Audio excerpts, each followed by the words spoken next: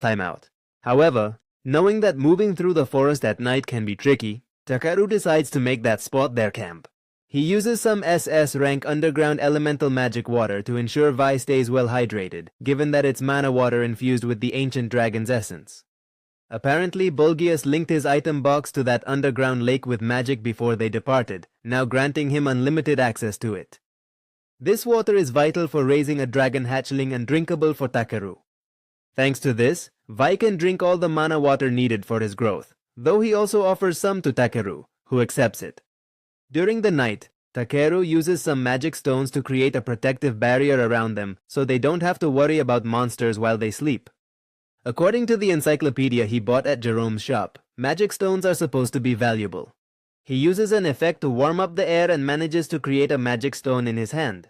Takeru can create magic stones with considerable ease. He then utilizes one to ignite a fire, planning to prepare a meal for their dinner. He seasons some meat and throws several ingredients into a pot to make a soup, adding some vegetables on top. Once the meal is prepared, he quickly notices Vi practically drooling over it, so he offers him a small portion, hoping it won't cause any stomach upset. Because of his excitement, the little dragon ends up burning his tongue, so Takeru has no choice but to blow on the soup. Once the little guy gets a good taste of the food, he's immediately enchanted by its flavor. For his part, Takeru thinks it would be boring if his companion only drank water at every meal, so he's glad they can eat the same thing. Still, he asks Vi if he feels lonely being away from his father. The only response he gets is Vi coming closer to hug him, making it clear that he's fine as long as he's with him. Takeru admits that he's incredibly adorable, but upon seeing Vi's stats for the very first time, he realizes this dragon hatchling is actually a devil, given its B rank. His skills are spiritual arts, affine to fire, water, wind, thunder, light, and dark. His gift is the ancient dragon's blessing, with language comprehension and infinite evolution. Takeru cannot believe this adorable little thing is B rank, but he convinces himself that Vi is still a child, and children need proper guidance. That's why he tells him that even if he's stronger than him, he shouldn't do anything reckless. After all, if Bulgius gets hurt, he'll skewer him. Before he can finish his sentence, Takeru realizes Vi has fallen fast asleep, which makes him sigh in resignation because this surrogate father thing isn't so easy. He wanted a cute companion but not a reptile. He was hoping for a girl instead. And he's sure God did that on purpose. You tell God your plans and he'll make sure to ruin them. Barney Stinson. The next morning, Takeru decides to climb back up to the Forest of Ancient Dragons. However, he realizes the place isn't scary anymore, which probably means something happened during the night. He assumes it's one of those mysterious forests, being in another world after all. Vi explores the area happily, so Takeru decides to start gathering materials, focusing on C-rank items. His ability helps him to discover new herbs in every nook and cranny, but his search is abruptly cut short when Vi comes hurtling towards him, utterly terrified. Takeru immediately uses his search ability to find aggressive monsters, and it shows him there are about 7 nearby. Before going into the cave, he believed his scent warded off monsters, so now he's thinking his aroma has worn off. Still, he knows defeating monsters isn't bad. They might have valuable materials.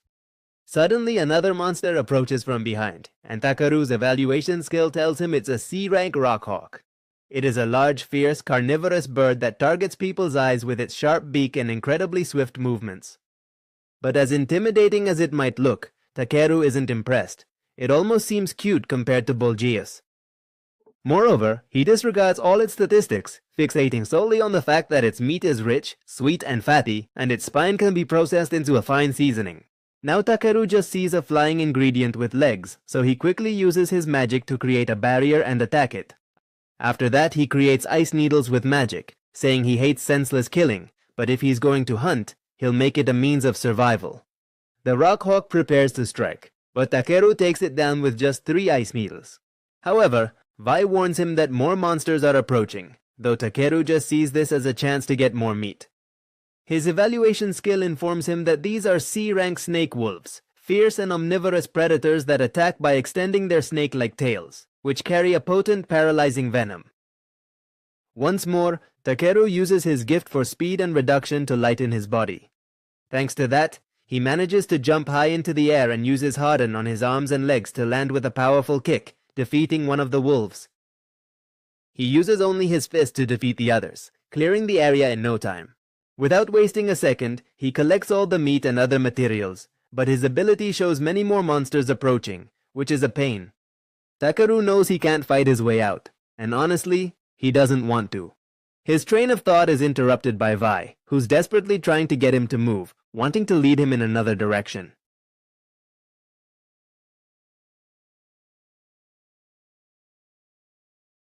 Even so, Vi lifts him, and Takeru, seeing his strength, uses reduction again to lighten his body. Thanks to this, Vi flies too high in the sky, then suddenly lets go, making Takeru fall. When the small dragon realizes what he's done, he panics and flies down at once to catch him. Takeru lands in the forest again, and when he opens his eyes, the first thing he notices is the fishy smell coming from Vi licking his face. At least he's alive, but the second thing he notices is that they're in the same spot where they camped the night before. Takeru is a bit surprised by how fast Vi flew to get them here, but he knows he was just trying to save him, so he's grateful. However, he tries to remind him that he's probably still human, so it would be better if he took things a little more calmly next time. Vi doesn't seem to get his point, so Takeru just tells him he'll be counting on him again if anything happens. This makes the little dragon very happy, so they both decide to continue their journey. According to Takeru's search skill, Tormi Town is a day's walk from where they are, so they can take their time. Vi notices the stick in his hand. Takeru explains it was in his bag when he arrived, apparently an SS rank branch from the famous Yggdrasil tree. It's a legendary tree that's said to embody the world itself and is currently dormant. When Vi hears this, he suddenly breathes smoke, covering the branch completely. Takeru has no idea what he's doing, but when the smoke clears, he's surprised to see the small branch is now a staff. He assumes it awakened after Vi blew his mana-infused breath on it, but he still has a hard time fully understanding it. Takeru didn't know a materials collector could use a staff, and honestly, he doesn't want to look like some flashy mage. Just then, he hears a deep growl in the forest, so he immediately goes on guard, knowing something must be there. The terrifying sound intensifies, making Takeru assume it's a new monster, but Vi then flies carelessly right into the forest. Takeru panics and runs after him, finding him shortly after, flying around a tree. This makes it very clear that Vi is trying to show him something, and when Takeru gets to the spot, he finds an elf girl sitting against the tree. Her expression is dull, and she's clearly quite weak, leading him to assume a monster attacked her. However, the loud growl from before is heard again, but Takeru is a bit confused when he realizes it's actually her stomach. The girl weakly explains that she hasn't eaten in 3 days and needs water too. Takeru quickly offers her some water, and she desperately drinks the entire bottle, feeling better instantly. However, her smile quickly fades when her stomach growls once more, and Takeru just can't believe that the monster's roar he'd heard earlier was actually the rumbling stomach of a hungry elf. He rummages in his bag, recalling the innkeeper's special packed lunch. Without hesitation, the girl takes the food and starts eating desperately, enjoying every single bite.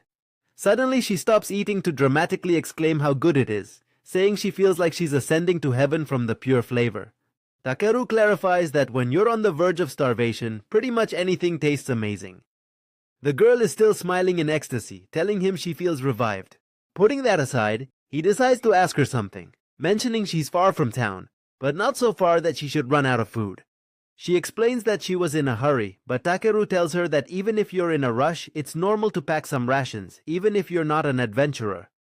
The girl doesn't know how to explain herself, but Takeru gets distracted by how bad she smells, and mentions he thought elves smelled like a spring breeze with a hint of mint, but she smells like manure. This clearly offends her, even though she knows he's right, but she tries to explain it can't be helped, since she's been camping for several days. With that said, she suddenly stands up and says she has to go, since she's in a hurry. She thanks him for his help, but lets him know that calling her manure was pretty rude. Takeru and Vi say goodbye as she runs off, and although he's a bit confused by the whole interaction, Takeru decides to keep looking for materials. They take their time collecting as they make their way toward the forest exit. As they're about to leave, Vi notices something. Takeru's surprised by a carriage, but more by Vi spotting it from afar. He praises him for how incredible he is, and when they get closer to the carriage, his appraisal scale informs him that the horse in front of the carriage is actually an E-rank unicorn. Unicorns are native to Eggerly.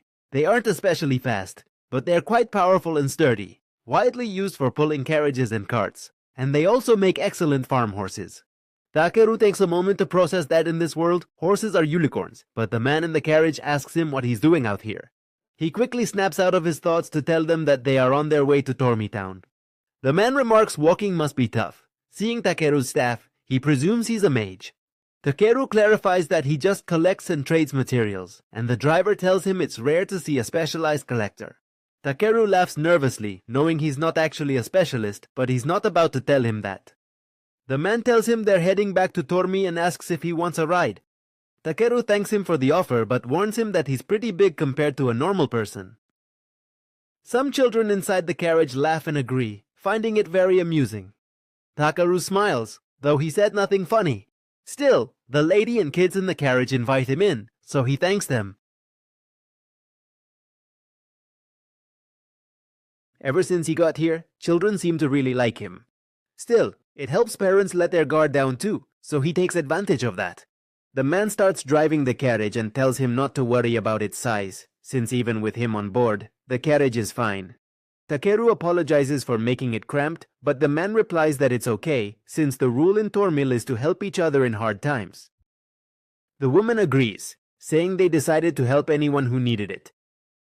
Takeru thanks them once again, quite surprised that even these young children are traveling despite the inherent danger, which truly makes them incredibly brave.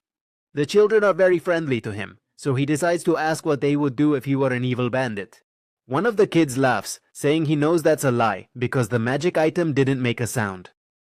Takeru clearly has no idea what he's talking about, so the woman shows him a small bell and explains that if someone dangerous were to approach, it would ring to warn them. He notices there's embedded magic in the stone that makes the bell ring and thinks he could probably make something like it himself. He suddenly realizes he forgot to introduce himself, so he tells them his name. The woman, Elisa, praises his politeness and introduces her children, Yun, Nan, and Kane. Finally, the driver introduces himself as Porin, but just as introductions finish, Vi makes a sound from Takeru's code because he was forgotten. The children hear it immediately and excitedly ask him to show them what he's hiding.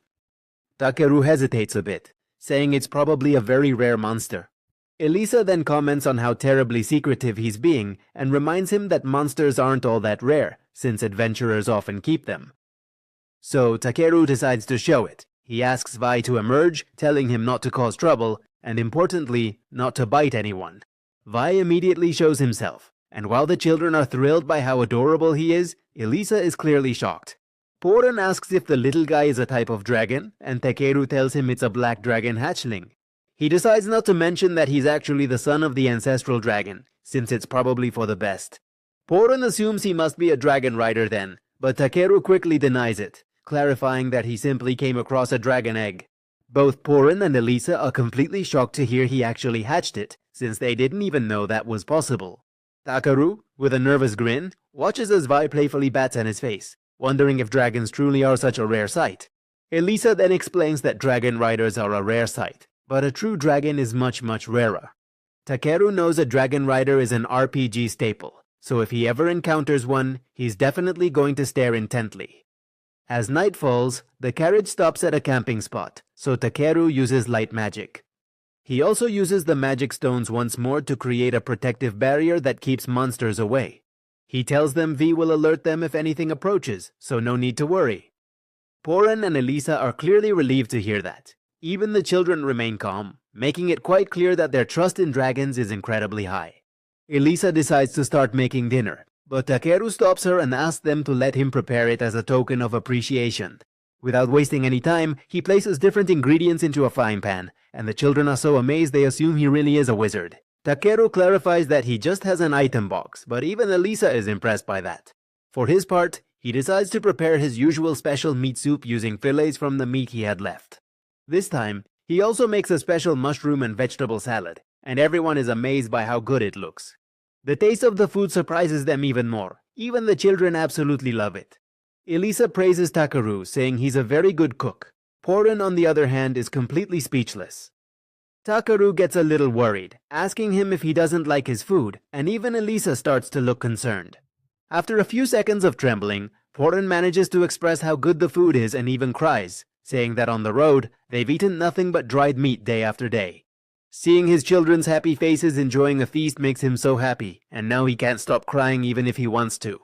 Takaru takes a few seconds to process the reason for his tears, and can't help but laugh out loud, telling him he's overreacting. Porin abruptly stops crying to accuse him of being a wizard, saying he must be some kind of flavor wizard. Slightly bewildered, Takeru laughs and asks him what kind of wizard that is, since he's never heard of such a thing. The children laugh with him, and to end the night, Porin plays guitar while his wife sings. Vi and the children dance joyfully, and they invite Takaru to join in too. Back on Earth, Takeru never realized that, compared to eating alone in silence, nights like this aren't bad at all. After all, for the first time since coming to this world, he has truly laughed from the heart.